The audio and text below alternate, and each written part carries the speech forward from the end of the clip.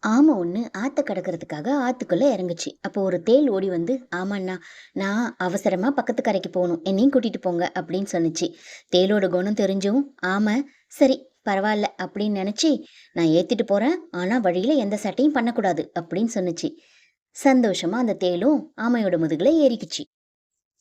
கொஞ்ச தூரம் போனதும் தேள் வந்து அந்த ஆமை ஓட்டுல லேசா ஒரு கொட்டு கொட்டி பார்த்துச்சு. ஆமை கேட்டுச்சு, "என்ன பண்ற?"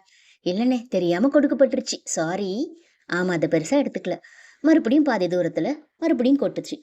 அப்போ கிட்ட கிட்ட கரை கிட்ட வந்த உடனே என்ன நினைச்சிச்சு, சரி ஓங்கி பலமா போட்டுதான் பார்ப்போமே, இது பாறை மாதிரி இருக்கு இந்த ஓடு, அதனால அதுக்கு உரைக்கல போல அப்படின்னு நினைச்சு வேகமா கொட்டுச்சு. அப்போ ஆமை கேட்டுச்சு, "நீ என்ன பண்ணிட்டு இருக்க? நீ சரிப்பட்டு வரமாட்ட போல" அப்படி.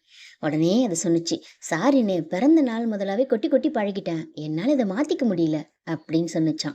"ஓஹோ, உனக்கு இருக்கிற மாதிரியே எனக்கு ஒரு பழக்க தோஷம் இருக்கு" அப்படின்னு சொல்லிட்டு தண்ணிக்குள்ள முழுகி எழுந்துச்சான் ஆமை. ஏஞ்சி பார்த்தா தேள் இல்ல முதுகுல. அது செத்து மிதந்துடுச்சான். நீதி: நமக்கு நல்ல எண்ணத்தோட உதவ வரவங்களோட உதவியை என்னைக்கு சோதனை செஞ்சு பார்க்க கூடாது. நல்லவங்களோட கோபம் நாட்டுக்கு ஆகாது.